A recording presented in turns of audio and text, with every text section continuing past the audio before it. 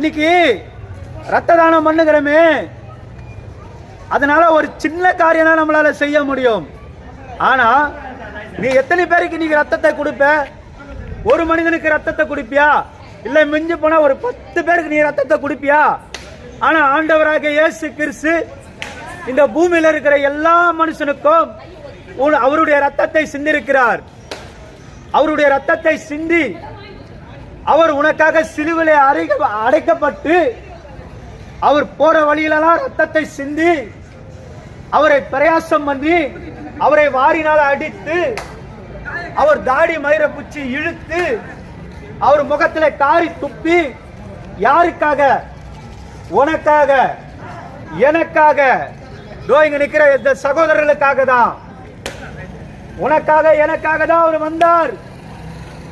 அவர் பணக்காரனை தேடி போனாரோ இல்லையோ, ஏழைகளாகிய உங்களை என்னையும் இயேசு தேடி வந்தார். இயேசு ஏழைகள் மேல அன்பு வைத்திருக்கிறார். இயேசு தரித்திரரை ஆசீர்வாதமாய் மாத்துகிறார். இயேசு கிறிஸ்து குப்பையில் இருக்கிறவனை தூக்கி கோபுரத்தில் உட்கார வைக்கிறவர். இயேசு கிறிஸ்து தள்ளப்பட்டவனை கொண்டு வந்து தமது வலது கரத்தில் வைத்துக் கொண்டிருக்கிறவர். உன்னை யாரு வேணாலும் தள்ளி இருக்கலாம். உன் கூட பிறந்தவங்க உன்னை தள்ளி இருக்கலாம். உன் சொந்த பந்தங்கள் உன்னை தள்ளி இருக்கலாம். உன் உற்றார் உறவினர்களை உன்னை தள்ளி இருக்கலாம். ஆனா நான் சொல்லுகிறேன், இயேசு உன்னை தள்ளாதவர். யாரும் வேணாலும் உன்னை மறந்திருக்கலாம். கூட பிறந்த பிள்ளைகளை உன்னை மறக்கலாம். இன்னைக்கு இந்த காலகட்டத்திலே கூட பிறந்த பிள்ளைகள் இன்னைக்கு தாயை அடிக்கிறாங்க. இன்னைக்கு கூட பிறந்த பிள்ளைகள் தகப்பனை அடிக்கிறாங்க. ஏன் இந்த கொடுமை நடக்குது? யோசித்து பாருங்க. இது கடைசி காலம். ஒருவேளை தள்ளப்பட்டு யாருன்னா கிடைக்கிறீங்களா? இன்னைக்கு உங்களுக்கு ஆண்டவராகிய இயேசுவே ஆறுதலா இருக்கிறார். நீங்கள் இயேசுவை வாயினாலே கூப்பிட்டு பாருங்கள். அவர் சொன்ன ஒரு வசனத்தை நான் உங்களுக்கு சொல்லுகிறேன். என் நாமத்தினாலே நீங்கள் எவைகளை கேட்கிறீர்களோ அவளை நான் தருவேன். நீங்கள் என்னை விசுவாசித்தால் தேவனுடைய மகிமையை காண்பீர்கள். நீ என்னை நோக்கி கூப்பிட்டு பார். ஆபத்து காலத்தில் என்னை நோக்கி கூப்பிடுன்னு சொல்லுகிறார். உனக்கு ஆபத்து காலமா? ஒருவேளை ஐயா நான் மரித்து போறேன் என்று எண்ணிக்கொண்டிருக்கிறியா? நான் சூசைட் பண்ணி போகிறேன் என்று எண்ணிக்கொண்டிருக்கிறியா? எங்கேயாவது போய் நான் தற்கொலை பண்ணிக்கலாமா என்று நீ எண்ணிக்கொண்டிருக்கிறியா? இல்ல சொந்த பந்தங்களை விட்டு எங்கேயாவது போயிடலாமான்னு சொல்லு வாழ்ந்து கொண்டிருக்கிறியா? அப்படி போவாத. ஆண்டவராகிய இயேசு கிறிஸ்துவை கூப்பிட்டு பார். உன் குடும்பத்தை அவர் ஆசீர்வதிக்க வல்லவரா இருக்கிறார்.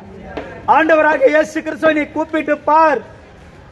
உன் வேலைகளில நீ செய்கிற கையின் பிரயாசத்தை அவர் ஆசீர்வதிக்க வல்லவரா இருக்கிறார். உனக்கு நல்ல வேலைகளை கொடுக்க அவர் வல்லவரா இருக்கிறார்.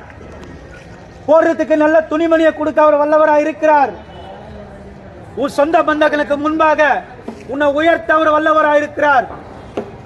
நீ எங்கெங்கெல்லாம் வெக்கப்பட்டியோ அதே இடத்துல இயேசு உன் தலையை உயர்த்த வல்லவரா இருக்கிறார். யாரும் உன்னை மதிச்சாலும் மதிக்கலனாலும் நீ கவலைப்படாத. ஆண்டவராகிய இயேசு கிறிஸ்து ஒருவர் இருக்கிறார். ஆண்டவராகிய இயேசு கிறிஸ்துவை நீ ஒரு நாளும் மறந்துடாத. உன் சொந்தத்தை கூட நீ மறந்து போ. உன் கூட பிறந்தவங்களை கூட நீ மறந்து போ. இயேசுவை மறக்காத. இயேசுதான் கடைசி வரைக்கும் நம்ம கூட இருப்பார். சொந்தங்கள் எல்லாம் ஒரு நாள் நம் மரித்த பிறகு நம்மளை விட்டு போயிடுவாங்க. ஆனா இயேசு கிறிஸ்து சொல்லுகிறார், நான் மரித்தாலும் சதா காலங்களே உயிரோட கூட இருக்கிறேன். நான் மரிப்பேன், ஆனாலும் சதா காலங்களிலும் உங்களோட கூட இருக்கிறேன் இயேசு சொல்லுகிறார். ஒரு மனுஷனால சொல்ல முடியாதுமா?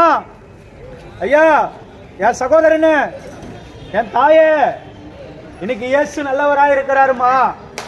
இன்னைக்கு நான் உயிரோட நிக்கிறேனா இந்த ஆண்டவராகிய இயேசுதான் காரணம். என் பாவத்திலிருந்து நான் விடுதலை பெற்றனா இந்த ஆண்டவராகிய இயேசுதான் காரணம்.